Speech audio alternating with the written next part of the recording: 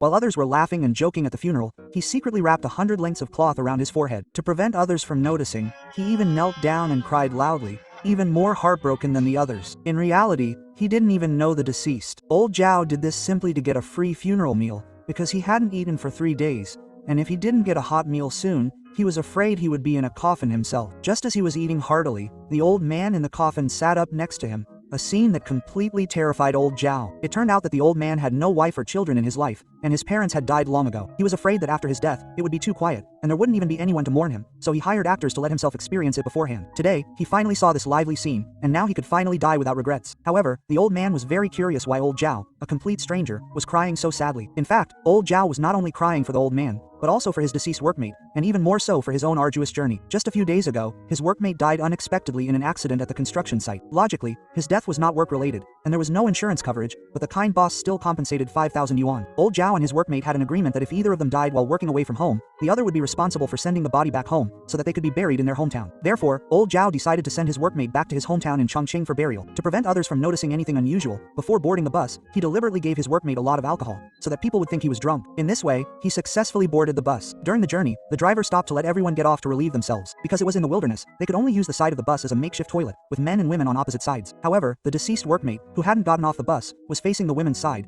which made the women mistakenly think he was peeking through the window, and they angrily wanted to confront him. Seeing this, old Zhao quickly stepped in to end the matter. He was so drunk that it was impossible for him to peek. After pretending to scold Gongyu for a while, everyone stopped pursuing the matter and continued on their journey. However, not long after setting off again, they encountered a group of bandits who stopped them and robbed them. In just a few minutes, the bandits had control of the entire vehicle. The leader of the bandits, holding a metal detector, searched everyone one by one. When they found someone hiding a mobile phone in their waistband, trying to secretly call the police, they immediately started beating and kicking him. At this point, everyone honestly handed over their belongings. Old Zhao also voluntarily handed over the 500 yuan he had on him, but he resolutely refused to hand over the 5,000 yuan belonging to Gongyu, saying that the money of a dead person could absolutely not be taken. This statement instantly changed the bandit leader's expression. He incredulously used the detector to touch Gongyu and found that he was indeed dead. He then curiously asked old Zhao about it. When Gongyu was alive, he still had a family to support, and this 5,000 yuan was his family's livelihood. Old Zhao carried the body onto the vehicle simply to allow Gongyu to return to his roots. The bandit leader was immensely impressed by old Zhao's actions and immediately gave him a thumbs up. It turned out that the bandit leader had betrayed his brothers before and violated the code of brotherhood, which resulted in his brothers branding the words "false righteousness" on his back. These words, like a brand, constantly reminded the bandit leader to always adhere to his principles and bottom line. Now, seeing old Zhao's righteous act, he felt deeply ashamed. To show his sincerity, he publicly handed over the stolen money to old Zhao and warned everyone that all the money belonged to old Zhao,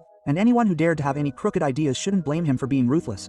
However, as soon as the gangster and his men left, the passengers frantically retrieved their belongings. They thought the matter would end there, but unexpectedly, the car hadn't gone far before everyone started making a fuss, demanding refunds. Their reason was that having a dead body with them was too upsetting, completely forgetting that it was because of this dead person that they had avoided a robbery. Under the pressure of everyone's protests, the driver had no choice but to let old Zhao and the body get off the bus. Thus, old Zhao and the body were abandoned in the wilderness at night. Although they were still thousands of miles from home, the helpless old Zhao could only carry the body and continue walking. Soon, he was exhausted. He wanted to hitch a ride, but no one was willing to stop for them. Old Zhao then came up with an idea. He pretended that the body was a patient suffering from a sudden heart attack needing emergency treatment. Unexpectedly, he actually encountered a kind-hearted tractor driver. He only intended to hitch a ride, but the driver was so enthusiastic that after dropping old Zhao and the body off in the county town, he insisted on taking them to the hospital. Seeing that his deception was about to be exposed, old Zhao pretended to ask the driver to help him with something else, and then quickly carried the body and slipped away. That night, he found a cheap small hotel and lied that the body was a plant worker, thus securing a room. When old Zhao learned that all the people staying in the hotel were truck drivers from Wusihai, and that one of the drivers, Xiaohu, was also going to Chongqing, he discussed with Xiaohu, hoping to hitch a ride with him. However, he was rejected by the sullen Xiaohu. Old Zhao tried to butter him up with baijiu, Chinese white wine, but Xiaohu just drank it without saying a word. Even after finishing half a bottle, he still didn't agree to old Zhao's request, making old Zhao so angry that he kept muttering, "If you don't agree, why are you drinking the wine?" He thought this was already bad enough, but little did he know, things were about to get even worse. Early that morning, old Zhao discovered that his 500 yuan had mysteriously disappeared. He wanted to ask each of the drivers for help, but none of them were willing. One of the drivers suggested calling the police. Old Zhao, however, was afraid that if the police found out about the body, they would definitely cremate it, and his family wouldn't even be able to see him one last time. Helpless, old Zhao reluctantly continued carrying his deceased friend and continued on his journey. Before he had gone very far, Xiaohu, who had followed him, surprisingly agreed to give him a ride. In the car, he asked old Zhao why he was afraid to call the police. When old Zhao said that his friend had already died, Xiaohu was shocked. But after hearing old Zhao's story, he expressed understanding. Looking at the beautiful scenery outside the car, old Zhao, finally relieved of his burden, was in a much better mood and spontaneously started singing a familiar song. Before he could sing more than 2 lines, the seemingly harmless Xiao Hu suddenly grabbed him. It turned out that 3 years ago, Xiao Hu had met a prostitute on this road. He had used this song to enchant her, and every time he passed this road afterward, he would go to her and patronize her business. Over time, the two gradually became a couple, and Xiao Hu promised the girl, "When my truck reaches 300,000 kilometers, I'll go back home with you." But now that 300,000 kilometers had been reached, the girl had disappeared. Seeing Xiao Hu crying heartbrokenly, old Zhao, acting as a life mentor, patiently comforted him, saying, "Drive another 300,000 kilometers, and you'll definitely find her." These words seemed to give Xiao Hu unlimited motivation, so he decided not to go to Chongqing anymore, but to first find his true love. Thus, the two parted ways at a fork in the road. Under the setting sun, old Zhao walked silently along the highway, continuing to look for opportunities to hitchhike. Before long, he luckily encountered a broken-down pickup truck. Old Zhao quickly approached the owner and negotiated, "If you're willing to give me a ride, I can help push the car." After getting the car owner's permission, old Zhao mustered all his strength and finally managed to push the car. Unexpectedly, the other person simply ran away without a word, leaving old Zhao so angry he wanted to curse his entire family. However, this wasn't the time to curse anyone, because he was already so shocked that he couldn't even speak properly. Just as he didn't know what to do, a funeral procession gave him an idea. He first disguised the deceased as a scarecrow in the field, then blended into the funeral procession. He originally intended to just pretend to cry a little to get by, but after kneeling down, he remembered the poor deceased and his own hardships along the way, and couldn't help but cry genuinely, even more sorrowfully than everyone else in the procession. He finally managed to endure until it was time to eat, but then he was scared half to death by an old man who climbed out of a coffin. After learning about old Zhao's experiences, the old man couldn't help but admire him and told him to bring the deceased over. Old Zhao hurriedly returned to the field to search, but because it was dark and he was unfamiliar with the terrain, he couldn't find the deceased for a while. After searching in the field for a long time, he finally found that the deceased had fallen to the ground because he couldn't stand steadily. Seeing how miserable the two of them were,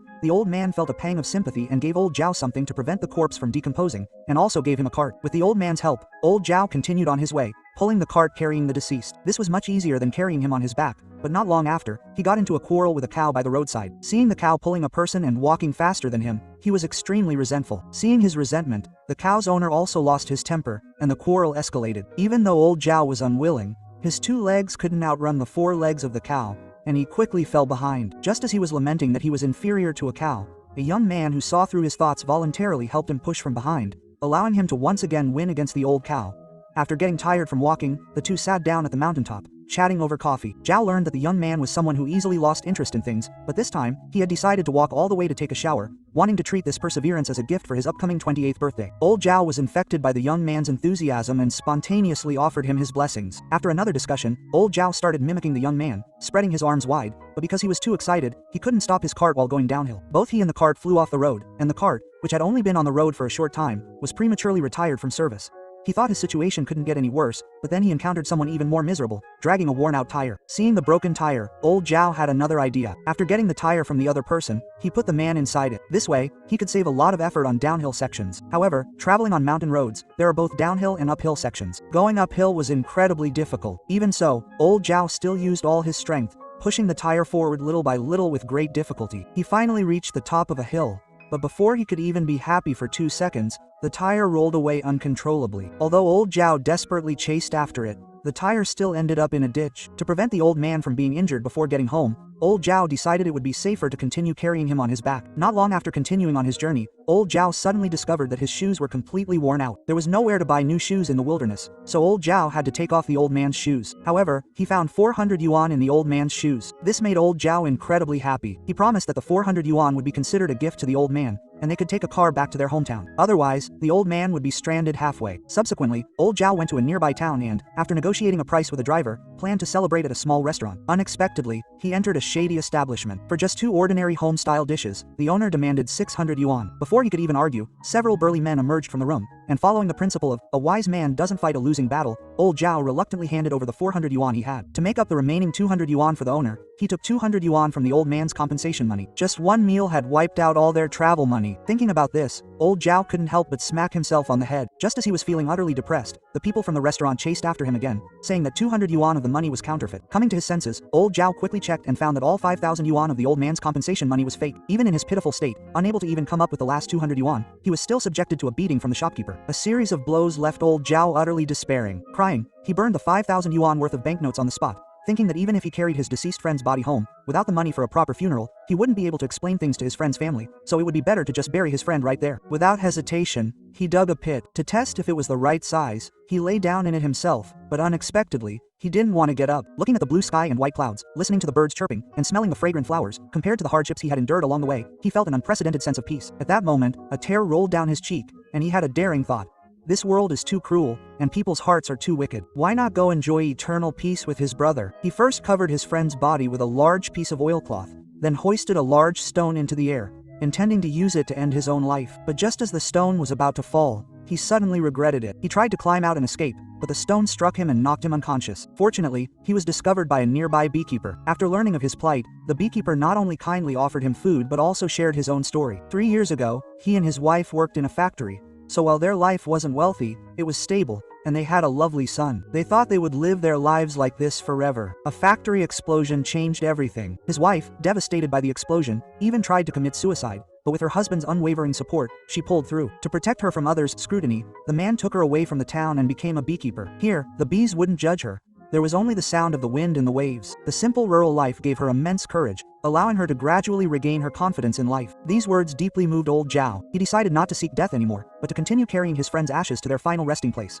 After old Zhao had his fill of food and drink, the kind beekeeper took him to the city. Having nowhere to go, old Zhao unintentionally passed by a hair salon and heard the proprietress arguing fiercely with someone over a cheap wig. The familiar accent made old Zhao, who had endured hardships and traveled far, feel a sense of closeness. He immediately carried his friend into the hair salon, knelt down, and begged the proprietress, appealing to their shared hometown connection, to put some makeup on his friend's face to make him look more presentable. Upon hearing that the person lying there was dead, the proprietress was instantly terrified. Seeing this, old Zhao quickly took out his ID card to prove his identity. Just as the two were arguing, a policeman who knew the proprietress happened to come in for a check. The proprietress, who had just been arguing with old Zhao, immediately pretended to be washing old Zhao's hair and even introduced him to the policeman, saying that old Zhao was here to visit his cousin, and the person sleeping was his cousin. This explanation dispelled the policeman's suspicions, and after a brief exchange, he left. Once the policeman was gone, old Zhao was very grateful to the proprietress for not exposing him. After hearing old Zhao's story of carrying his friend hundreds of miles back home, the proprietress felt deep down that he was a good person with strong feelings and loyalty. She not only helped put makeup on his friend's face but also carefully put a pair of sunglasses on him. However, just as old Zhao was leaving with his friend, the policeman chased after him again, insisting on taking old Zhao to the train station. Unable to refuse, old Zhao had to agree. To prevent the policeman from discovering that his friend was dead, he quickly changed the subject and talked to the policeman about the proprietress's identity. During the conversation, he sensed the policeman's affection for the proprietress and, acting as the cousin, solemnly entrusted the proprietress to the policeman, thus inadvertently facilitating a romance. After seeing the policeman off, old Zhao wandered the streets again with his friend on his back for another night. The next day, he temporarily settled his friend in a cement pipe and went to a blood donation center, hoping to exchange blood for some food. However, the nurse discovered that old Zhao had previously contracted hepatitis, and even though he was now cured, he couldn't donate blood anymore. Seeing that he was about to leave empty-handed, driven by his survival instinct, old Zhao shamelessly asked for a loaf of bread, which he then devoured ravenously. At that moment, a stranger stopped old Zhao. The stranger, seemingly unfazed by old Zhao's desperate situation, asked him to follow him to a black market blood bank to sell blood. With no other options, old Zhao reluctantly agreed. The place was crowded with people like old Zhao who urgently needed money. While waiting in line, old Zhao met a regular customer who came to sell blood every 3 months and was very familiar with the place. He told old Zhao that the person who brought him there was a heartless profiteer who only cared about money and didn't care whether the blood was clean or not. He warned old Zhao that if his blood was sold, it could kill someone. Even in his desperate situation, old Zhao hadn't forgotten his moral principles. He refused to queue up to sell his blood again. Just as the two sides were arguing, a group of police officers stormed into the illegal blood trading den and arrested the blood traffickers. Old Zhao and his companion were taken to a relief station. There, old Zhao not only enjoyed a rare hearty meal but also a comfortable hot bath. With the Mid-Autumn Festival approaching, the owner of the relief station suggested holding a talent show to liven things up. Old Zhao and Dan performed a duet, transforming their previous dejected demeanor and showcasing their comedic talent, making the audience laugh heartily. However, as the two sang a sentimental song, many of the homeless people in the audience teared up. The talent show ended amidst laughter, tears, and applause. This performance brought old Zhao and Dan closer. Late that night, old Zhao recounted his experiences to Dan, who in turn shared her story. Dan's husband died young, and for years she had been living with her son, relying on meager income from scavenging and the blood money earned from selling her blood to put her son through Southwest University of Finance and Economics. Initially, Dan went to the school every month to give her son money. After more than half a year, her son, ashamed that his mother was a scavenger, told her not to come to the school anymore, and to just send the money to him directly. To this day, she hasn't seen her son for 2 years. She had sacrificed everything, illuminating her son's path with the light of her life. But in the end, she became a lonely and helpless woman. Now over 50, she desperately hoped to meet a suitable person. As long as the other person didn't despise her, she would go with them. Zhao Tinghao hesitantly expressed his feelings to Dandan, saying, "My heart was pounding the whole time we were performing together. If you can accept me, I will definitely treat you well in the future." Quote, Dandan, who had already secretly harbored feelings for him, immediately accepted old Zhao's affection. However, old Zhao had to take his fellow worker home first, so he could only promise, "I'll come back to find you as soon as I drop him off." Before leaving, Dandan gave him all the 400 yuan she had on her as travel expenses. Unable to refuse her kindness, old Zhao accepted it, silently hoping for the day they would reunite. At this moment, both of them finally found their soulmate. However, when old Zhao went to find his fellow worker, he discovered that the cement mixer where the worker was hiding had already been loaded onto a truck by the workers. Old Zhao didn't dare to cause trouble. When no one was paying attention, he quietly climbed onto the truck and recounted his experiences of the past 2 days to his fellow worker. Only then did he suddenly remember that he had forgotten to ask for Dandan's contact information. This kept him tossing and turning all night, unable to sleep until almost dawn, when he finally remembered that Dandan's son was studying at Southwest University of Finance and Economics. Old Zhao was taken by the truck to a construction site for a highway. The similar work experience made him particularly close to the workers there. One of the forklift drivers even gave him a ride. After getting off, he successfully hitched a ride on a large truck. The continuous help from others lifted old Zhao's spirits, and he couldn't help but sigh. "If my hometown is a road, I am a car. If my hometown is a tree, I am a leaf. How happy I am at this moment. The wide road leading to my hometown is like a blood vessel connecting to the roots of my hometown," deeply imprinted in old Zhao's heart.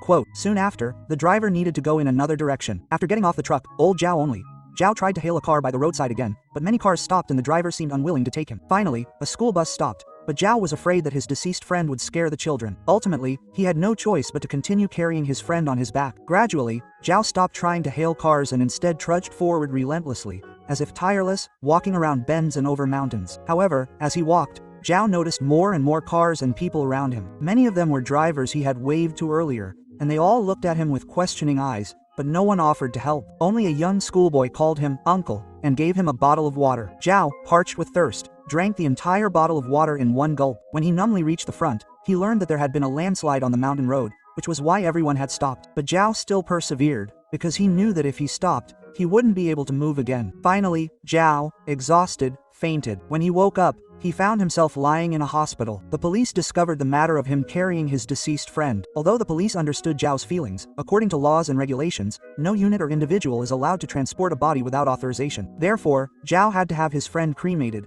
which deeply saddened him. He took out half a bottle of white wine, poured half of it for his friend, and drank the other half himself. After carrying his friend so far, in the end, he still couldn't fulfill his promise to take his friend home. At this point, Zhao was destitute.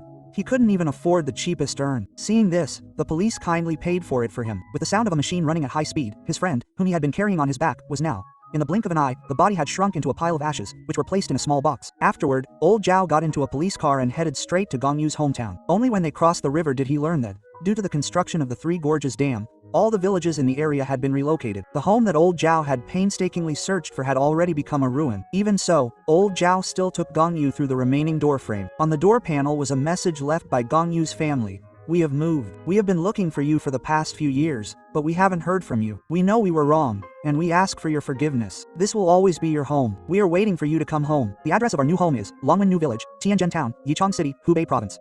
Quote, this message instantly brought tears to old Zhao's eyes. Although he didn't take Gongyu back to his final home, the root of keeping a promise had already taken root in his heart. Falling Leaves Return to Their Roots is a film directed by Zhang Yang, starring Zhao Benshan, a comedy film released in 2007. The film is based on a true story. The prototype character is Gong Lishou, a farmer from Shaanxi, who carried the body of his fellow villager, Zuo Jiaben, back home. To avoid being discovered, he disguised the body as luggage. He did this only to uphold the Chinese belief of falling leaves returning to their roots. The film uses a seemingly absurd promise to reveal the most authentic human feelings in Chinese society. Old Zhao carrying Gongyu's body across half of China. This seemingly absurd act hides the most profound belief of the Chinese people.